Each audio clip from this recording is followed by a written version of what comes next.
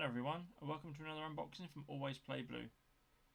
Today we're going to take a look at my recent Kickstarter arrival, Night Parade of 100 Yokai, from artist and designer Luis Brueh. I'd already backed Volknaut, which was Lewis's previous game before this, and as soon as he announced he was doing this on Kickstarter, we jumped straight in. My girlfriend loves games with a Japanese theme, and the sort of the mythos and the artwork to this game just look absolutely amazing. And it looks fun to play as well. So you can see the gloss on the box there. The lid is very tough to get off. I will say. I think it's the coating on the outside of both parts of the box makes it quite tough. We've got the only punch board in the game with the scrolls and some of the other tokens there. We've got mystery bonus tokens, talisman, and some spirits along the bottom there. So I think that's one for each of the three. Not the island types, it's something else. You've got the green, the blue and the brown there. And you'll see that motif throughout the cards as well. The instruction manual, the nice image on the front there. And then you have the components, the setup. It's nice, not too many pages. I don't like too thick a rule book. And this is a nice simple looking game. And then just a breakdown how to win the game. And I like it when you have, if you've got icons and stuff, especially this on the back, a little explanation about all of the characters you meet across the cards there. Next up we've got the island tiles. There's the yellow sort of central one, you put that down first and then you build the other ones randomly around it, and they've got a day and a night side to them. It's quite nice cardboard, quite tough. You can see there on the back side there's the night. There's a couple of designs, I mean there's 4 the same there, 3 the same there, but there's some different designs there which is nice. And it just all sticks to the same artwork throughout the entire game. I really do like it. Let's have a look at the wooden components next. So we've got the Tories. I think there's 5. 5 for each player. So in each of the colours. The the end game condition is to place your 5th and final one. So there's enough for everyone. But while the Tories are good, let's look at the meeples themselves. You get 4 in the base game. I won't pronounce the Japanese names. I'll butcher them. But it looks like fox, cat, bear and frog. I love the bears, the absolute glum look on their faces, and I know my girlfriend's going to absolutely love playing as the frogs just because she loves frogs. Anyway, so they look really, really cool. And then the final part, we've got the cards. Now I've heard some people saying that they've had issues with the cards. They're sticking together, and even if you're sort of patient with your separating of them, if you get something in between, just carefully sort of slide a knife or a piece of paper between, it's still taking some of the print off, so I'm going to be very careful with these ones as I go through. They seem okay, and this is the artwork. So I think there's 3 of these cards per character, and you can see they've got the same artwork on the back there, yeah. And then as we go through, you've got that brown, green and blue I was talking about earlier with the scrolls. So everyone has one of each of those. I guess they match up to the meeples there, yep. The next set of cards we've got are which one should I go for? Let's separate them up. We've got the hidden plot cards there. So there's the image of the Tory on back. These are, I think these are ones where you pick one at random at the beginning of the game and then keep it to yourself, and that's your sort of hidden plot for the game then for scoring. Just a few of them. Nice that there's a fair amount that the cards here look fine, but it's nice that there's a fair amount there so you can mix it up, so it's different every game. And then these are the yokai cards. So you've got the level 1, 2 and 3, well they're marked 2, 4 and 6, and they go in specific columns on the board. And I can see here that these are quite stuck together, but if I'm careful, there's a little bit of, you can just see it's taking some of the colour off the back of that one and the artwork on the front of that one. It's not too bad. Just down the middle there. But everything else, the rest of the cards feel like there's just one card. There's nothing stuck together. So maybe it's just the I don't remember what from what people were saying in the comments on the Kickstarter, if it was a lot of these cards. I wonder if it's just the front, maybe the back one where they're sort of pressed together before they're wrapped, maybe. But let's just talk about the artwork is beautiful. I love the different sort of creatures and that.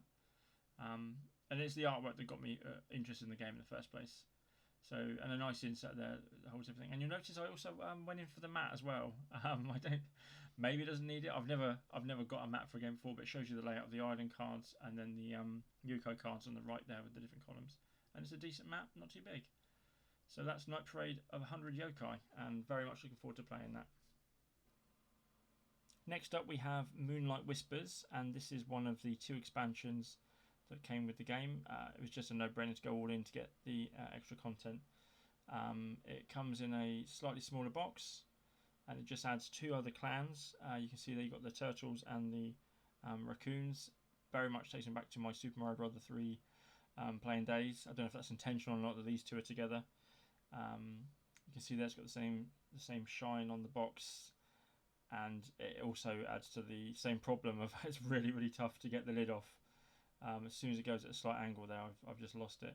And that's the first time I've ever taken a box off camera to lift the lid, so hopefully that gets a bit easier as it smooths out.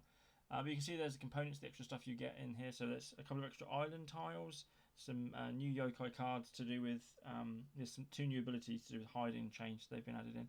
Again, love that guide on the back just for a little bit of information about all the different characters in those cards. So we'll just look at these. So 3 new island tiles, and I think the way this works is you just shuffle them in with your base ones, and then you just deal 12 out at random around the golden island in the middle. So you just be left up with 3 tiles from sort of those 2 sets combined. And then here we have the components. Just get some of those. So we've got the Tories in their colours for them. But there's the turtle and there's the raccoon. What can I say? As cute as the ones in the base game, absolutely love. It's gonna be very hard to pick. It's gonna be all based on abilities, I think, because they're all just super cute.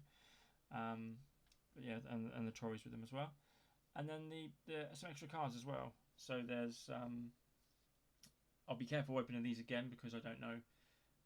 I think I was lucky with that first one to only have the 1 card that stuck together. So we'll just see if any of these. I mean, they look alright.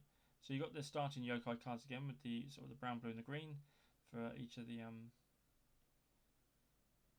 characters. I think. Oh no, was that the? Oh no, so sorry. So that's the normal yokai cards that go on the level 1, 2, 3. So you mix those in with the ones from the base game. Here's some more hidden plot cards. So just a few more extra ways to score. Again, as I commented before, just for the replayability, so there's always different things. And then these are the Moonlight Whisper cards. Not sure what they do as an extra mechanic. Oh, I love that scene of evil. You know. I could just sit and draw some of these. I might do. I love the art. Oh, sorry. And here are the starting cards. Yeah, so you got 3 for each of your new clans as well. The turtles and the raccoons. Brilliant. Yeah. So obviously we'll try the base game, and then we're going to move on to one of the expansions.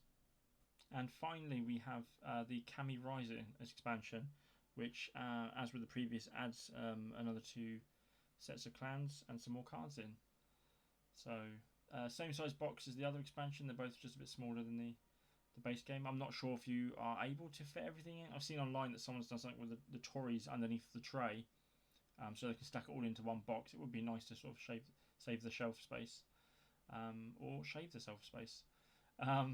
So the same gloss on the box. So we're probably going to have the same problem with the lids.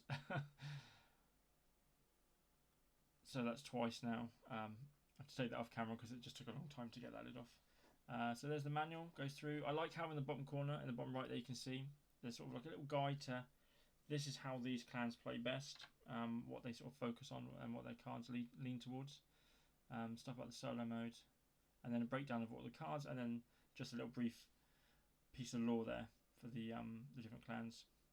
This is the new thing as well. We've got the invoke and the banish tokens that are used. They punch really nicely as well. Not too loose and not too worried about any of that tearing. They just came right out nice and easy. And then we'll look at the wooden components. So it's red and purple this time around for the 2 new clans. We've got I think it's a wolf. Correct me if I'm wrong in the comments. I think it's a wolf and then some kind of Japanese bird. It says Katengu. I'd have to look that up to see what that is. But yeah, again, super cute meeples. So that's a total of 8 clans you can choose from now. And it just all of it just piles on more to the sort of replayability of the game. You really do need that these days, I think. So you can just mix and match to make a different experience every time you play. We'll be careful with these cards again. You can see the numbers on the back there, so you shuffle the individual. You've got the 2s, the 4s, and the 6s. That's really nice having that mat actually to give you that guide to laying it all out. Again, like this one doesn't have its own board. Loving the artwork again. You can see those the tokens on the side. You've got the banish and the invoke tokens on some of those cards. But yeah, I love how Lewis has just done all these individual characters. Yeah, his artwork's amazing. And then we've got some more hidden plot cards. Again, chuck those in. It's just a few more, a few more differences in each of the games you play. And then this is the Kami card, and this is you shuffle this and you deal one at the beginning of the game, and then for that game you just have this special rule. So each game will just have that slight difference to it, which is nice as well. And then finally you've got the starting yokai cards for each of the 2 new clans. Brilliant. Oh, I just love the art. I'm just going to keep saying that. I say that about all the games, but yeah, love it. And that's Kami Rising, the final expansion. So looking forward to delving into the base game and everything else that comes with. As always, if you enjoyed this video, please like and subscribe. And if you'd like more content, head over to Instagram @alwaysplayblue or check out the website alwaysplayblue.com. Thank you.